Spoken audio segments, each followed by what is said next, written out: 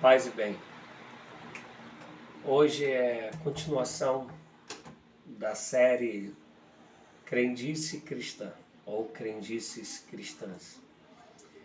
Na verdade, hoje eu teria que começar a falar sobre água benta, óleo ungido. Em princípio, esta era a minha intenção. Só que antes de falar sobre isso, eu quero que eu e você pensemos juntos no que é o que nós chamamos de revelação de Deus, o que nós chamamos de sobrenatural. Se tu não acompanhas essa série, eu te convido a ir lá no começo, salvo engano, na segunda ou terceira reflexão, eu falei sobre fé e fideísmo. E aí você, assistindo todas as demais, você compreenderá o que eu estou falando nesta. Quando nós olhamos João recebendo a revelação de Deus lá na ilha de Patmos, onde o Senhor aparece para João e começa a falar para João sobre o que hoje nós chamamos do livro de Apocalipse, sobre o dia do juízo, sobre as cartas às 7 igrejas, como vai ser o fim de tudo. Nós vemos algo acontecendo de maneira que eu e você chamamos de sobrenatural. Isto é o Senhor, anjo do Senhor vem. A visão de João são dos anjos, de candelabros, de a Nova Jerusalém descendo dos céus. É algo sobrenatural. Numa expressão atual, surreal, fantástica. E nós falamos que isso é glorioso, é revelação de Deus. E normalmente nas nossas crendices, achamos que todas as vezes que Deus há de se manifestar, tem que ser desta maneira que eu e você chamamos de sobrenatural. Mas eu quero que tu caminhes comigo.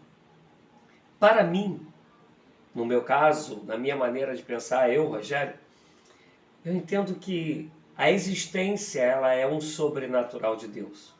O respirar é um sobrenatural de Deus. A possibilidade da gente pensar é um sobrenatural de Deus. A Via Láctea, o universo é um sobrenatural de Deus, ainda que estejamos acostumados com estes sobrenaturais.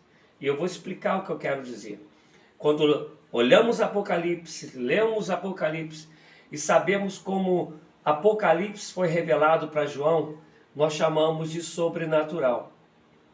Mas eu quero lhe dizer que quando você vai ler o livro de Lucas, Lucas é o mesmo que escreveu Lucas, o Evangelho de Lucas, e escreveu Atos dos Apóstolos.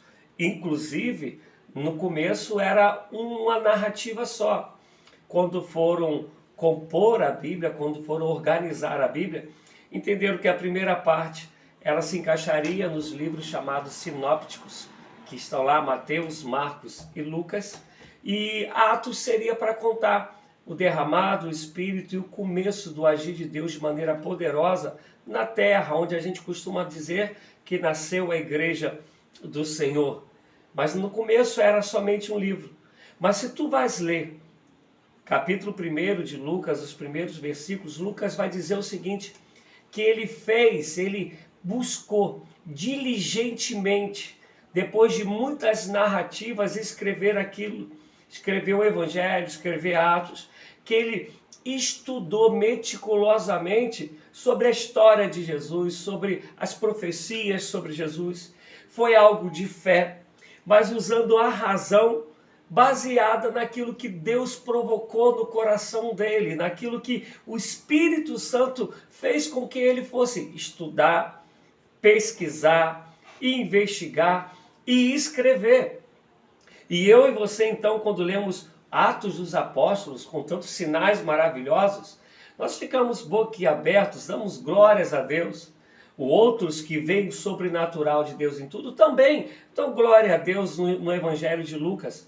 Mas tanto o Evangelho de Lucas como Atos dos Apóstolos, repito, são resultados de investigações, de dedicação racional, movido pelo Espírito Santo de Deus, eu não tenho dúvida, que levou Lucas a escrever esse evangelho que nós tanto amamos, onde nós nos baseamos. Então Deus se revelou de maneira tremenda e gloriosa, de algo surreal, sobrenatural para João. Mas Deus agiu de um outro sobrenatural, usando aquilo que ele criou, que é a razão, para que Lucas fosse investigar e escrever o Evangelho de Lucas. Eu quero que tu entendas que todo o agir de Deus é sobrenatural, mas mais do que isso, não precisa ficar buscando aquilo que eu e você chamamos de surreal, de sobrenatural, para dizer que é a manifestação de Deus, e aquilo que passa pela razão, pelo ensino, pelo estudo, pela instrução, dizermos que não é a manifestação de Deus. Baseado nisso, a partir da próxima semana eu vou falar sobre água benta, óleo ungido, essas outras coisas que nós temos como costume nas igrejas atuais. Me siga nas redes sociais, se inscreva no meu canal, curta, compartilhe e ative o sininho. E até a próxima porção, até a próxima reflexão sobre crendices cristãs. Paz e bem.